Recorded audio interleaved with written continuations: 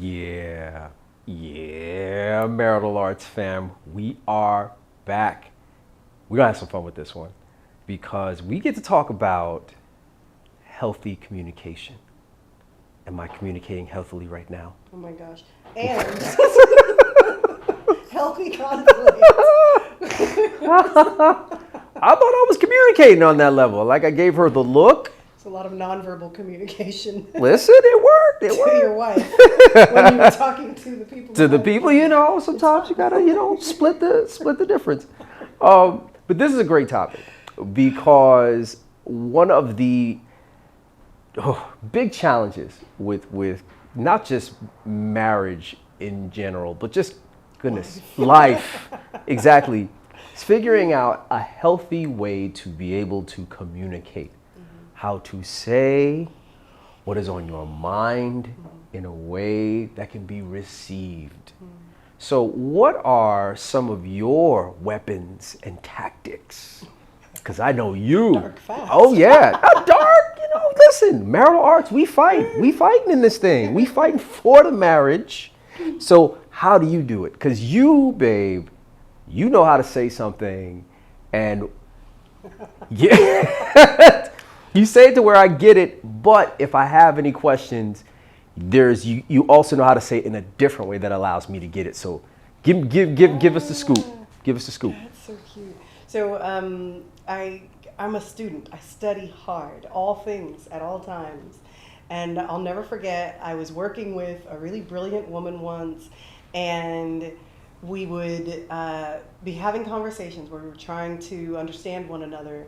And when she didn't feel understood, she would repeat what she had just said verbatim. Like if I asked her to explain further, use the exact same words at a higher volume, a louder volume, and would clap her hands for punctuation. And after a few interactions with this, I was like, in my mind, I was like, how can I be instructive to her in a way that helps her expand on what is being said instead of repeating what is being said at a louder volume with hand claps. And we know this. You need to understand.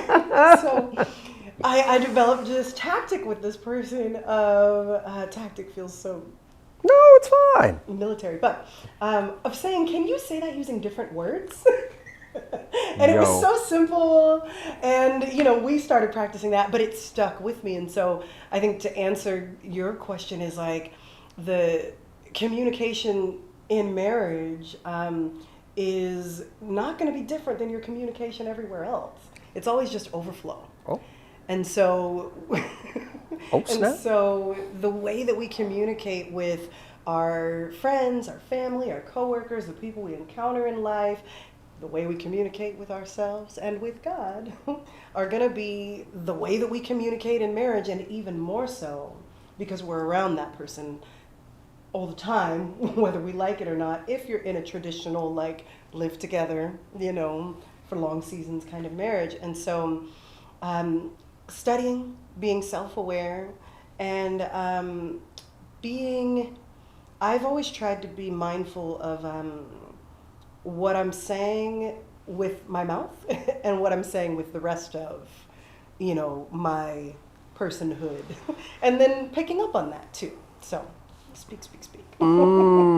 Just said so much. I was just sitting here listening. That was my nonverbal communication, saying that I was listening to what she was communicating. Gosh.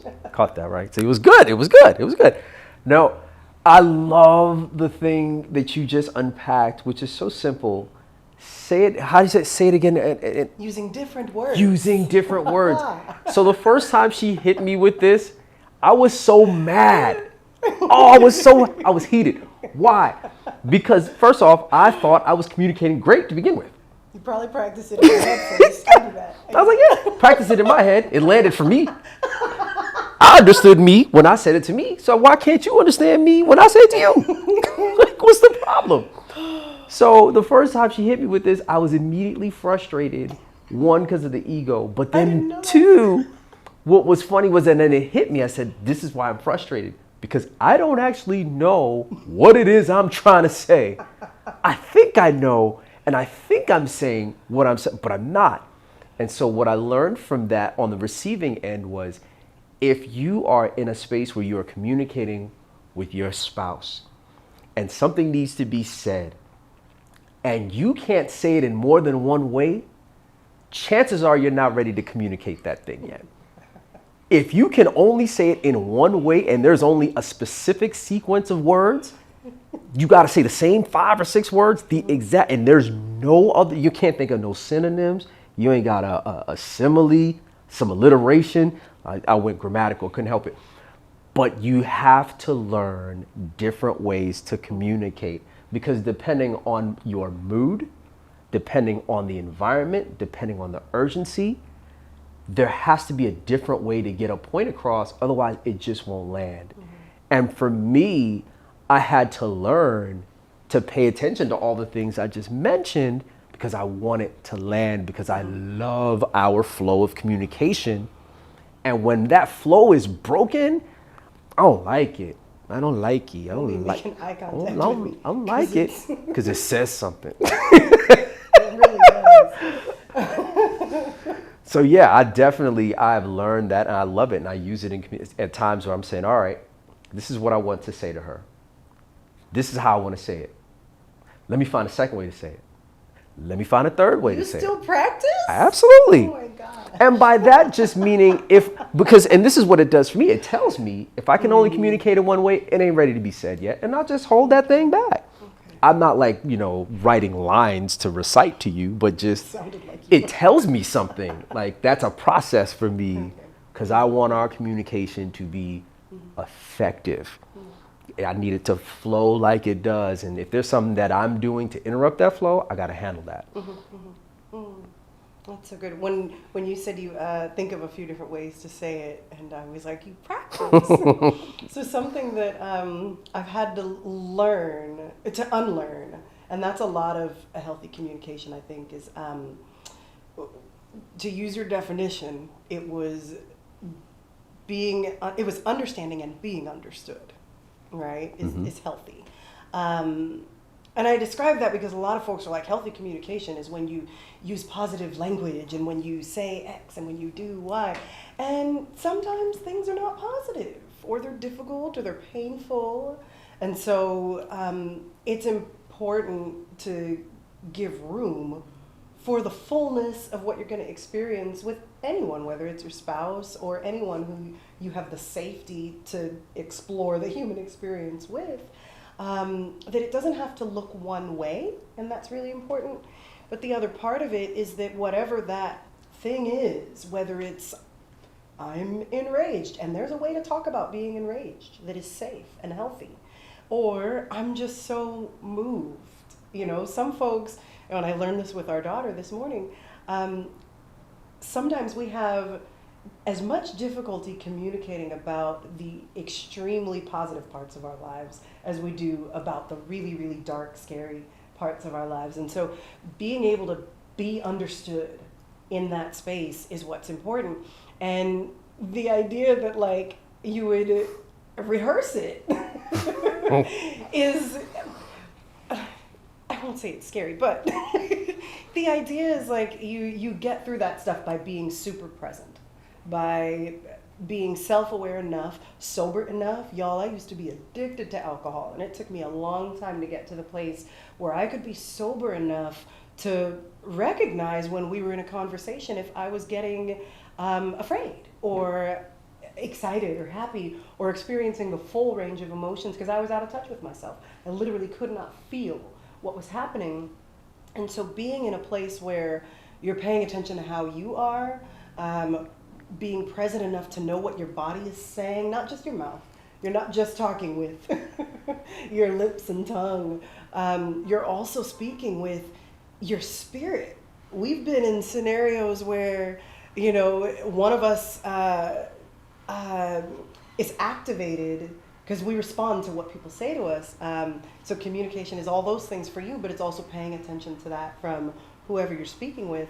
When you're activated and you respond to something someone says to you, it shifts. It shifts the room. And whether that's them becoming overjoyed or enraged, if you're mindful enough, you will sense it And part of healthy communication, and we'll get into talking about conflict resolution too, that's a huge part of it, is you have to respond to someone's shift in mood or emotional experience the same way that you would if they said something to you. And so we'll talk about that a little more, but I love having scripts and being able to say, like, okay, so when that happens, what do I even do? So speaking of all of the like atmospheric shifts and how your emotions change, we had a scenario where we were sitting on our couch at home. We were having a confrontation. We agreed to it. Well, there's a whole process around this that we're going to explain to you guys, but we had agreed to have a conflict resolution session. We don't call it that. But he was sitting here, I was sitting here, and I said something to him, y'all, and he got mad, so mad. I had to get up and cross our living room, and I was sitting there, and I was kind of like waiting to see if he was going to acknowledge it. And he was just still mad. Couldn't even, yep. Finally, I was like, babe, I am now like 15 feet away from you where I was 3 feet. Are you mad? Because you... And part of communication is recognizing how something is going to feel to the other person when you say it. Don't nobody want you to ask them if you mad, son? Like, those are fighting words. So Yeah. I was like, how are you feeling?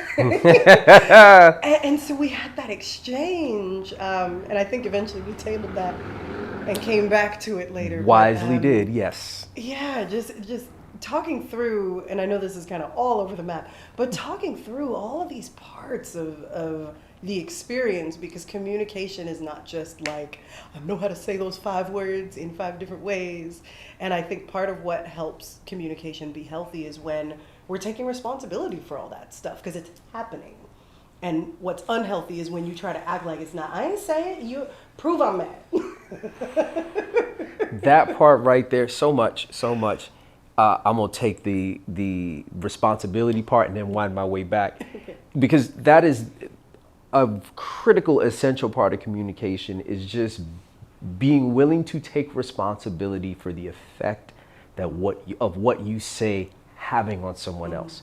Like, too many times I think we are like, I said it right, I woosad, you was in a right mood, and I said it the way the book told me to say it, so it should have had this response, and if it didn't, that's your fault.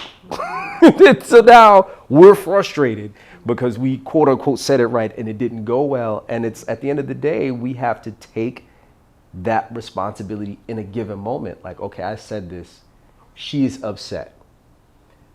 Yes, she's responsible for her emotions. However, I have said something that has triggered said emotion. I have a part in this communication. And so now I have to take notice of that and say, oh, when I say the words ice cream, that is a trigger. Perhaps I should not use the words ice cream in this particular way in these situations. And that's what communication is about. It's about learning, when I say these things, this is the effect. Cool. Maybe I have to think about how I use those words, or think about the particular situation in which I use them in. And so thank you for that, because too many of us are like, I said what I said, and that's what I meant, and that's just how it is, and it's up to you to figure it out. I'm like, wait, no, that's not a conversation. Now you're just yelling at people. And then, I said what I said. Oh, yes, I said. I know. I was there when you said it. That's why I'm having this reaction. Like, why you not restate that? Yes. Yeah. I'll find the piece of recording, come back and say it again. say it with different words. But I also wanted to unpack the self-awareness part of communication, because we're glad you brought up that example, because I remember this exact conversation. Because up until that point, I thought that I was the type of person, I had to learn this about myself, I smolder. I do too. Yes, you do too. Yeah, we both are smolderers. And to be fair, Yeah, go ahead, go. we're all speaking a language. While we're speaking English, we're also speaking another speak. And for both of us, there was a people-pleasing language, there was a non-confrontational language, there is a smoldering language, and so we tend to find people who respond to those sub-languages that we speak. And so our little smoldering selves be white-hot in rooms together, mostly not at the same time. Because, yeah, inferno. But so go on. So you were smoldering. I was smoldering. And I did not realize how obvious my smoldering was. So I'm thinking I'm keeping myself under control and I'm under wraps. Like she said it, and I was hopping. I'm like, I have my self-control. You know, I'm good. The jaw twitching. Meanwhile, the steam is coming out of the vein, is right across the forehead. Nobody is fooled. And so part of communication is recognizing how you communicate. I remember learning this in acting. There are people who have, and I'm one of them, very expressive faces. So it doesn't take much for someone with an expressive face to come across in an expressive way. They just need to have one thought and it's all over their face. And they don't need anything else to communicate. Then there are people who don't have that ability, who are very stoic. And so they think they are expressing a range of emotions and cannot figure out why people don't respond to them. And it's like, bruh, ma'am, your face is saying nothing right now. You may be communicating in your mind and you may be feeling the feels, but you aren't aware enough of your body and how you communicate to know it's not as obvious as you think to the other person. Here's what's beautiful. While you were describing that stoicism, I hope as folks are listening that you're willing to challenge yourselves and to deconstruct things and to examine what you've assumed about yourself. Because what you just described, babe, is a lot of times not so much a God-given personality trait, but a protective response, a safeguard for the kid who was 5 years old, like me, who was super expressive and learned that when my little face looked mad, pain was going to happen. I was going to be hurt. And I say that not because I was ever, like physically assaulted or something, but if you're a child and you have enough experiences where a natural reaction creates a change in your environment that ultimately feels hurtful, like say you get mad and you scowl and your mom, and this is me because I'm a mom and I've done it to my kids and they had to tell me what I was doing before I fixed it. They'd scowl at me and I would just withdraw. I wouldn't make eye contact. I'd get very calm. And what I thought I was doing was not reacting in anger to them, but really it was just dehumanizing myself. And they weren't getting connection from me. And my little kids would be like, Mom, look at my eyes. And I'd be like, oh. And I'd eventually learn to reconnect. And they'd say, are you mad? Not taunting, but they'd say, are you upset? And I was able to pull myself out of that and recognize, oh, wow, I was in safety mode. I was in shutdown mode. And so I describe that because there are a lot of ways that we communicate that are learned, conditioned, like armor that kept us safe from having to get cussed out or having to have somebody walk away from us or having someone belittle us or bully us, that come into our relationships. And now when we're looking to just be in a safe relationship, you can just be. You don't have to worry about what's about to happen with your face, or if they can't hear you say, I'm angry, they're going to smash something. You can just be. And when you find that safe space, the next challenge is, okay, how am I now? Am I really just being, or are there things I'm putting on that I need to start to take off? And so there are layers that you can start to remove. And some of them might look like being stoic. Some of them might look like over dramatizing things, because that would make people around you laugh. And you were able to, a lot of times we'll respond by shrinking and trying to keep the peace. Other times we'll respond by getting bigger and performing and trying to create the peace, enjoy it that way. And so as you were talking about these responses, I want to make sure that folks know all that isn't, a part of your identity necessarily. It may be something that you get to explore now and adjust. So yeah, those are all parts of this communication thing. And we get to learn about that as we go. And it is absolutely a learning process. I think that's one place I think we're going to land right there. At the end of the day, there is no absolutes with communication. It's about paying attention to what's happening with yourself, with the other person. I'll take one last sliver and add to it, creating a safe environment to communicate in. Talk about that. Oh my goodness, because your environment affects your communication too. You know, if you are not in a safe space, meaning the person that you're communicating with makes you feel afraid based on how they react or based on how they've treated others, based on how they've treated you, based on how they treat themselves, you will find that your communication is not as effective because your communication is stifled by fear, and you just cannot communicate as clearly when you are in a flight state or in a fearful state. And so your environment is important. If y'all want to have healthy communication, we'll sit down, have a nice calm conversation.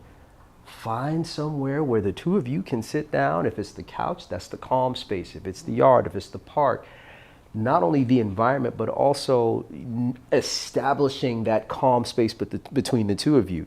I know you're at peace. I know I'm at peace. We're aware of each other being at peace. Let's have this conversation. But I'll do it in a second. I'll look at her and be like, okay. She can't handle that. Nope.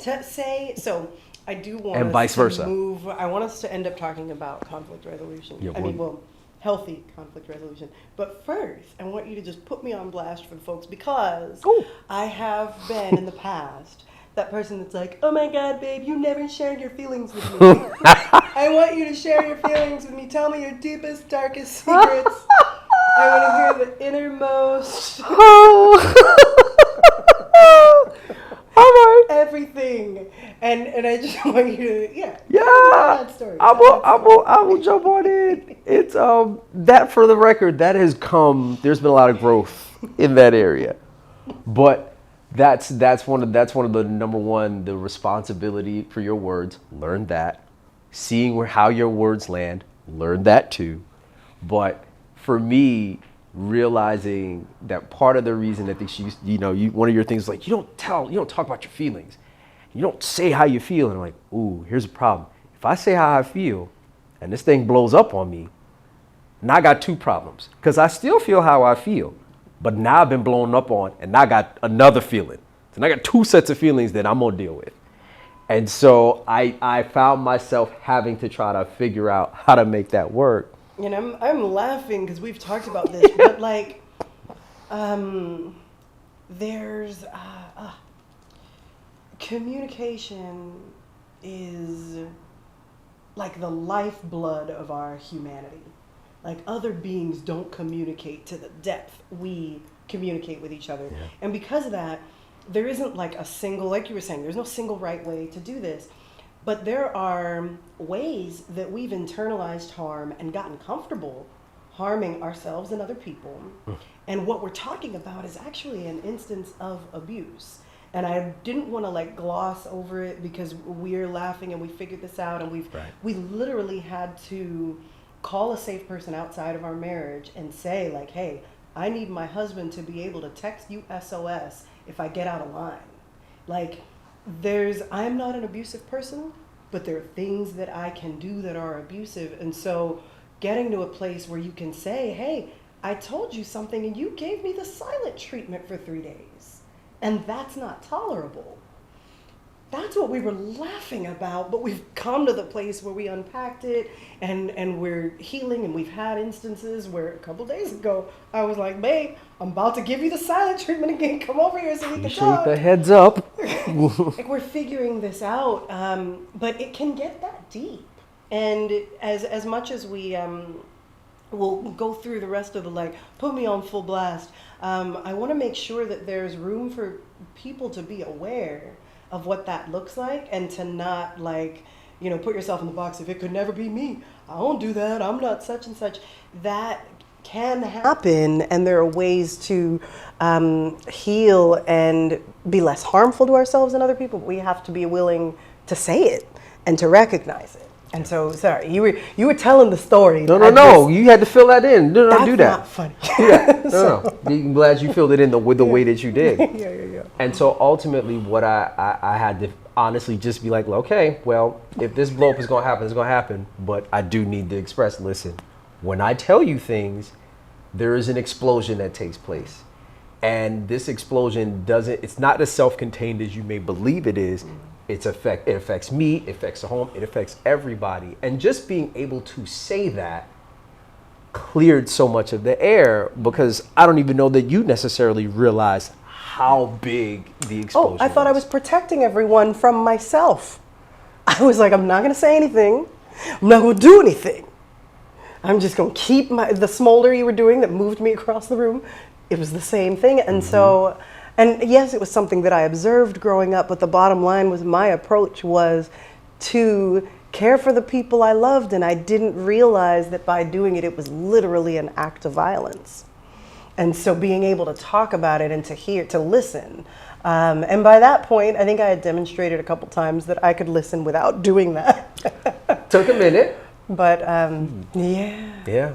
And oh man, so much. Like, so much of communication. And I was just talking to my boy Be Free. Shout yourself out. Say what's up. There it is. We were just talking about how much of communication is nonverbal. And a lot of people think that silence is non-communicative, and it absolutely is communicative. I mean, if you think about the definition of silence, it is a break in noise. So at some point there was communication taking place, and then there is a stop. That's what that silence is. And that silence is a part of the communication as well. And so when she's talking about the silent treatment, it would very much be the reaction to the whatever conversation we had. And when you love somebody and you want to connect with them and you want to be with them all the time, that silence or that cutoff feels violent. And I didn't really have words to describe it. It took me a while to be able to communicate, because it would just make me frustrated, angry, upset, all the violent things, and then I would withdraw too to try to deal with it. So finally we had to sit down and say, all right, I've withdrawn to my corner, you've withdrawn to your corner, this is not getting solved, and now we're starting to drift further and further, and our communication was breaking up, kind of like a little walkie-talkie. You know, they get too far apart, all the distortion. That was us. Until we finally just sat down and said, all right, this is what this thing is. And so that's a huge part about communication, is at some point you have to say how you feel, and you have to address openly, honestly, how things are affecting you, knowing that there's so many different layers to it. Silence is a part of it. Your body language is a part of it. Your mood is a part of it. The environment is a part of it. There's all of these things that go into communication that isn't just what we say. Yeah. And you have to trust that there's that the person you're communicating with, well, you have to trust that you're safe, regardless of what the other person is putting out. We'll talk a little more, I think, about, we'll get into like the nuts and bolts of conflict resolution, but we always have the tools to keep ourselves safe, you know, and if I were with someone who were, you know, the kind of person whose emotions get very dark very quickly and who might say things that are inconsistent or mean-spirited, I've learned to interact with those folks, because you talked about connection. And the aim here is like, how do I connect and communicate through the connection? Okay, when things turn, because you know with those folks, it will. So when it turns, what am I going to do? And there are all of these steps that you can take to keep yourself safe, keep yourself present and clear thinking, and then figure out how to stay safe. Are you going to sit there and communicate to them, hey, please don't talk to me that way? Or are they reacting poorly to that? Do you need to be like, hey, I need a minute, excuse me, I'm gonna go and we'll come back to this? There are steps you can take. So in that scenario, because we just described like having a conversation where you feel something and are not sure if it's safe to say it, I would encourage you, like, figure out the ways to keep yourself safe in the aftermath, and then say the thing. Say it with love, but communicate and take the steps to be assertive and to state like what you need to stay safe, so that the thing can get said. And then instead of trying to make the other person safe by not telling them, keep yourself safe and make sure that your voice is heard. So we're gonna come back And when we come back, we're going to talk healthy conflict resolution. Healthy confrontation. Healthy maybe. confrontation. I don't even remember my own Loving titles. confrontation. Healthy confrontation. Cannot wait to jump into the rest of it. Marital Arts fam, find us in the chat. What did we hit on? What did we not hit on? We coming back with some more. Rock with us. Hit us on the socials. Got questions there? Got questions here? We're going to try to get as many of them answered as we can, because at the end of the day, we want us to fight more for the marriage than we do in the marriage. We're going to holler at you at the next one. Peace.